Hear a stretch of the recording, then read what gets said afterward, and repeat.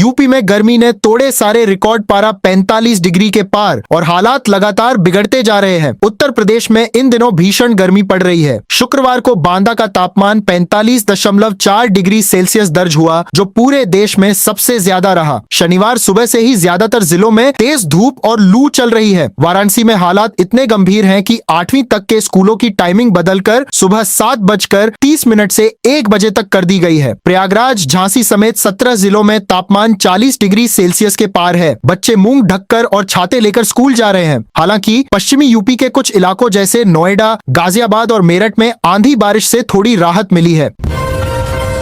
लखनऊ में देर रात सड़क पर प्रदर्शन बीच विधानसभा के सामने झंडे जलाए गए और राजनीति गर्मा गई। लखनऊ में भाजपा नेता और यूपी महिला आयोग की उपाध्यक्ष अपर्णा यादव ने शुक्रवार देर रात विरोध प्रदर्शन किया। लोकसभा में महिला आरक्षण से जुड़ा बिल गिरने के विरोध में उन्होंने समर्थकों के साथ सड़क पर सपा और कांग्रेस के झंडे जलाए और नारेबाजी की। अपर्णा यादव ने विपक्ष पर तीखा हमला करते हुए कहा कि ये लोग महिलाओं को आगे बढ़ते देखना ही नहीं चाहते। अपर्णा यादव ने कहा कि अगर बिल पास होता तो जश्न मनाया जाता और इसके लिए प्रदेश भर में कार्यक्रम की तैयारी थी। उन्होंने प्रधानमंत्री के प्रयासों की सराहना करते हुए विपक्ष पर दिखावटी राजनीति का आरोप लगाया।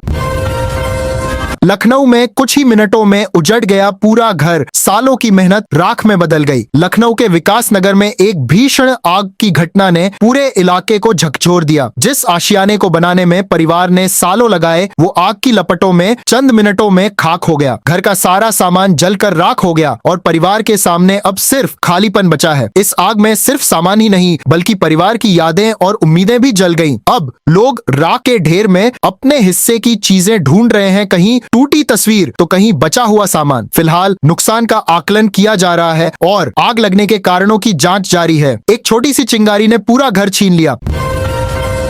झांसी में जज को बम से उड़ाने की धमकी, 30 अप्रैल की तारीख तय, सुरक्षा एजेंसियां अलर्ट। झांसी में SC/ST एक्ट कोर्ट के विशेष न्यायाधीश आदित्य चतुर्वेदी को डाक के जरिए धमकी भरा पत्र मिला है। पत्र में दावा किया गया है कि 30 अप्रैल तक कोर्ट परिसर में बम से हमला किया जाएगा। 16 अप्रैल को मिला ये पत्र 17 अप्रैल को अधिकारियों के जरिए पुलिस तक पहुंचा, जिसके बाद तुरंत सुरक्षा बढ़ा दी गई। पत्र पर कचहरी परिसर के डाकघर की मुहर पाई गई है। पुलिस ने भेजने का समय भी ट्रेस कर लिया है और आसपास के CCTV फुटेज खंगाले जा रहे हैं। मामला दर्ज कर जांच शुरू हो चुकी है और जज, कोर्ट और उनके आवास की सुरक्षा खड़ी कर दी गई है। फिलहाल पुलिस इसे शरारती तत्व की हरकत मानकर जांच कर रही है।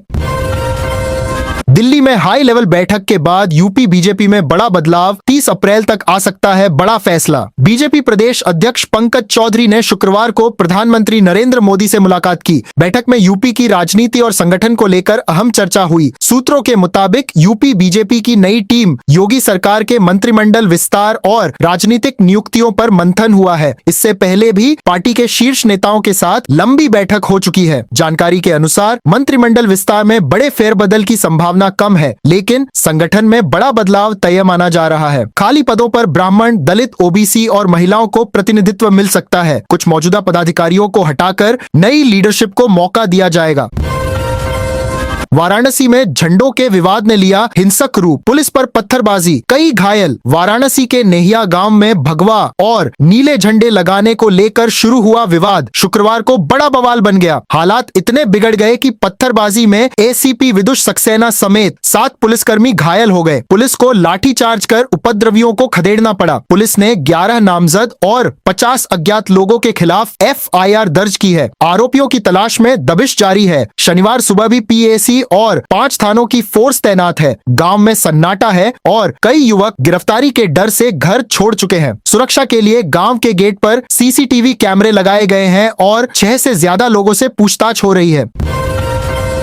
वाराणसी में शंकराचार्य के प्रवास के दौरान बड़ा बयान, धर्म, राजनीति और राष्ट्र पर उठे अहम सवाल। वाराणसी के 80 क्षेत्र स्थित श्री दक्षिणामूर्ति मठ में शंकराचार्य स्वामी निश्चलानंद सरस्वती का प्रवास चल रहा है, जहां बड़ी संख्या में श्रद्धालु पहुंच रहे हैं। संगोष्ठी के दौरान धर्म, समाज और राष्ट्र से जुड़े मुद्दों पर चर्चा हुई। हिंदू राष्ट्र और गौमाता को राष्ट्रमाता घोषित करने के सवाल पर शंकराचार्य ने मौजूदा राजनीति पर चिंता जताई। शंकराचार्य ने कहा कि सत्ता लोलुप और दूरदर्शी राजनीति के कारण सनातन धर्म के मान बिंदुओं की रक्षा नहीं हो पा रही। उन्होंने राजनीतिक दोहरेपन पर भी सवाल उठाए, जहां पहले गोहत्या पर प्रतिबंध की मांग होती है, वहीं बाद में अलग रुख नजर आता है। एनआईटी कुरुक्षेत्र में 2 दिन में दूसरा बड़ा मामला और छात्रा ने की सुसाइड की कोशिश। National institute of technology Kurukshetra पहले ही बीटेक छात्रा दीक्षा दुबे के सुसाइड मामले से चर्चा में था। शुक्रवार देर रात एक और छात्रा हॉस्टल की 5वीं मंजिल से कूदने पहुंची, लेकिन मौके पर मौजूद छात्रों ने समय रहते उसे बचा लिया। घटना के बाद कैंपस में हड़कंप मच गया। सूचना मिलते ही पुलिस और एनआईटी प्रशासन मौके पर पहुंचा। छात्रा को समझाकर शांत किया गया और अस्पताल में भर्ती कराया गया। इससे पहले 19 साल की दीक्षा दुबे ने कमरे में सुसाइड किया था, जिसके बाद कैंपस में हंगामा हुआ और छुट्टियां घोषित करनी पड़ी। अयोध्या एयरपोर्ट पर अचानक एक्शन आतंकी घुसपैठ का अलर्ट और शुरू हुआ हाई वोल्टेज ऑपरेशन। महर्षि वाल्मीकि अंतर्राष्ट्रीय हवाई अड्डा पर शनिवार सुबह सुरक्षा व्यवस्था को परखने के लिए मॉक ड्रिल आयोजित की गई। ड्रिल के तहत सूचना दी गई कि सिटी साइड इलाके में आतंकी घुस आए हैं। इसके बाद सीआईएसएफ की क्विक रिएक्शन टीम मौके पर पहुंची। इलाके को घेर लिया गया और एटीएसएफ बम स्क्वाड को भी अलर्ट किया गया। पूरे एयरपोर्ट परिसर की सघन तलाशी ली गई। इस दौरान 2 डमी आतंकियों को जिंदा पकड़ा गया, जबकि एक ने भागने की कोशिश में फायरिंग की और मारा गया। एटीएस टीम पकड़े गए आतंकियों को पूछताछ के लिए ले गई। ड्रिल में स्वास्थ्य विभाग और अन्य अधिकारी भी मौजूद रहे।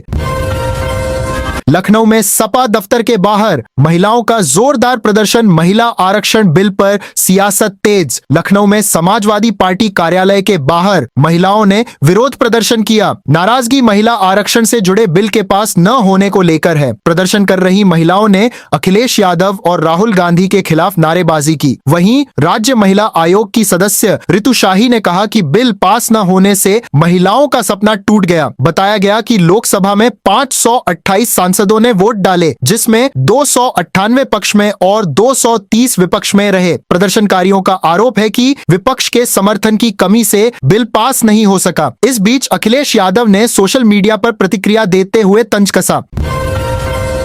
अमेरिका ईरान तनाव फिर बढ़ा, ट्रंप की नई चेतावनी। क्या सीज फायर खत्म होने वाला है? अमेरिकी राष्ट्रपति डोनाल्ड ट्रंप ने ईरान के यूरेनियम कार्यक्रम को लेकर बड़ा बयान दिया है, जिससे वैश्विक तनाव फिर बढ़ सकता है। एयरफोर्स 1 में बातचीत के दौरान ट्रंप ने कहा कि अमेरिका किसी भी हालत में ईरान के पास मौजूद ज्यादा एनरिच्ड यूरेनियम हासिल करेगा। उन्होंने यह भी चेतावनी दी कि अगर तय समय तक समझौता नहीं हुआ तो सीज फायर खत्म किया जा सकता है। ट्रंप ने कहा कि नाकेबंदी जारी रहेगी और जरूरत पड़ी तो बमबारी फिर शुरू हो सकती है। दोनों देशों के बीच बातचीत फिलहाल अटकी हुई है और हालिया बैक चैनल प्रयासों से भी कोई ठोस नतीजा नहीं निकला है।